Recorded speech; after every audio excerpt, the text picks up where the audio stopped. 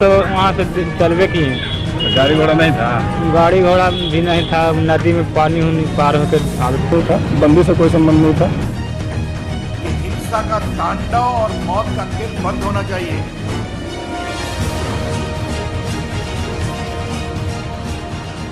नमस्कार, city post live के इस विशेष कार्यक्रम में आपका स्वागत है। मैं हूं श्रीकांत प्रत्युष। भारत बंद का बिहार में जोरदार असर रहा, लेकिन इस दौरान पप्पू यादव समर्थकों द्वारा पटना समेत पूरे राज्य में जिस तरह से उपद्रव मचाया गया, तोड़फोड़ की गई और जहानाबाद में इलाज के अभाव में एक बच्ची की मौत की खबर आई, उससे सब गुड़ गोबर हो गया। बीजेपी ने जमकर विपक्ष पर निशाना साधा। बीजेपी प्रवक्ता देश के कानून मंत्री रविशंकर प्रसाद ने विपक्ष पर जमकर हमला बोला। उन्होंने विपक्ष को बच्ची की मौत के लिए सीधे तौर पर जिम्मेवार ठहरा दिया। लोकतंत्र में राजनीति हिंसा के माध्यम से होगी। आज देश में क्या हो रहा है, और बिहार में एक जगह तो एक एम्बुलेंस नहीं पहुंच पाया तो 2-3 साल की बच्ची की मौत हो गई। कौन जिम्मेवार है इन मौत का और इन हिंसा का? वो 2-3 साल की बच्ची की जो मौत हुई क्योंकि आपके लोगों के द्वारा रोकने के कारण एम्बुलेंस नहीं पहुंच पाया, इसकी जिम्मेवारी आप लेंगे? और बिहार के औरंगाबाद में कांग्रेस और विपक्ष के लोगों ने एम्बुलेंस नहीं आने दिया जहानाबाद में, और उस छोटी बेटी की, मासूम बेटी की जान चली गई। कौन जिम्मेवार है इसका? और उन्होंने सवाल किया कि भारत बंद जनता को बचाने के लिए था या जनता को मारने के लिए था। एम्बुलेंस नहीं जाने देने से जहानाबाद में एक बच्ची की मौत की खबर चली टेलीविजन खबर चैनलों पर। पटना समेत पूरे राज्य में बंद के दौरान जमकर गुंडागर्दी भी हुई, उसकी तस्वीर भी चली। दरअसल जहानाबाद में बच्ची की मौत और पूरे राज्य में हुई तोड़फोड़ की घटना को लेकर भारत बंद की सफलता पर सवालिया निशान लगाए जा रहे थे। बीजेपी के नेता इसको मुद्दा बना रहे थे कि किस तरह से गुंडागर्दी की गई, किस तरह से एक बच्ची की मौत भारत बंद की वजह से हो गई।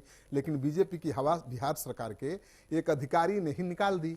कभी पूर्व मुख्यमंत्री जीतन राम मांझी के पीए रहे जहानाबाद के एसडीओ पारितोष कुमार ने रविशंकर प्रसाद को झूठा ठहरा दिया। बीजेपी जहानाबाद में बच्ची की मौत को मुद्दा बनाकर भारत बंद का हवा निकालने में जुटी हुई थी, और इस बीच मीडिया को बुलाकर प्रेस कॉन्फ्रेंस करके पारितोष ने यह कह दिया कि बच्ची की मौत के लिए उसका पिता जिम्मेवार है, जिसने समय पर उसका इलाज नहीं कराया। बच्ची को डायरिया था और अस्पताल समय से नहीं ले जाने के कारण मौत हुई है। कोई जाम की वजह से उसकी मौत नहीं हुई है। एम्बुलेंस की कोई समस्या नहीं थी। तो था, बंदी से कोई संबंध नहीं था। देर से वो लोग निकले थे घर से और देर से अस्पताल पहुंचे, उसी क्रम में उनकी मृत्यु हुई बच्चे की। पिता बता रहे हैं सर कि अगर बंद नहीं रहते तो हम लोग समय पहुँच सकते थे। नहीं, हम लोग भी जाकर के वहाँ पर पूछताछ किए थे तो क्या समस्या हुई, तो उन्होंने ऐसी कोई बात हम लोगों को नहीं बताई। तो पारितोष ने बीजेपी की हवा निकाल दी। जिस मुद्दे को लेकर बीजेपी घेरने की कोशिश कर रही थी विपक्ष को, वो हवा ही निकल गया। तो अब चर्चा ये उठ रहा है, चर्चा ये चल रही है कि क्या इस अधिकारी को, जो मांझी का बहुत करीबी बताया जाता है, जहानाबाद में एसडीओ है, जिसने बीजेपी नेताओं के मुद्दे को ही उड़ा दिया, उसके खिलाफ कोई कार्रवाई होगी? बीजेपी के नेता काफी नाराज हैं और मांग भी कर रहे हैं कि भाई ये तो मांझी के बहुत करीबी हैं, इसलिए इन्होंने झूठा ठहरा दिया बीजेपी को। मौत हुई बच्ची की जाम की वजह से, भारत बंद की वजह से कह दिया कि मौत का कारण कुछ और है, तो उनके खिलाफ कार्रवाई होनी चाहिए। और सूत्रों के हवाले से जो खबर आ रही है उसके अनुसार अब पारितोष के खिलाफ कार्रवाई हो सकती है। अब वो निशाने पर आ चुके हैं क्योंकि बीजेपी को झूठा वो ठहरा चुके हैं। वैसे जो तस्वीर आई है तेजस्वी के माध्यम से, उन्होंने जो ट्वीट किया है और एक वीडियो शेयर किया है लड़की के पिता का, उसमें तो कह रहा है कि बच्ची बीमार थी और उस वजह से उसकी जान चली गई। तो वहाँ से चलवे किए। तो गाड़ी घोड़ा नहीं था। गाड़ी घोड़ा भी नहीं था, नदी में पानी पार होकर आगे पड़ा। एम्बुलेंस और जाम जैसी कोई बात नहीं है, यानी मौत की वजह वो कह रहा है कि भारत बंद नहीं है। तो आखिर मीडिया ने इसको कैसे जोड़ दिया भारत बंद से, ये भी बड़ा सवाल है। तो तस्वीर तो पहले यही आई थी कि बाप कह रहा है कि नदी था, नदी पार करने में देर हो गई, परेशानी हुई और देर होने की वजह से वो अस्पताल नहीं पहुंच पाया और बच्ची की मौत हो गई। लेकिन चूंकि भारत बंद था उस दिन, तो मीडिया ने इसको भारत बंद से जोड़ दिया।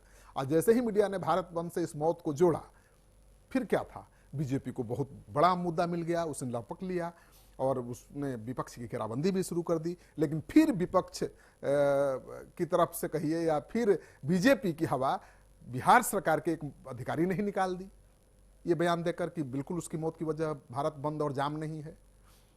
अब देखिए उस अधिकारी के खिलाफ क्या कार्रवाई होती है, क्योंकि बीजेपी के नेता तो उसके खिलाफ कार्रवाई की मांग कर रहे हैं और कह रहे हैं कि वो माझी का करीबी था।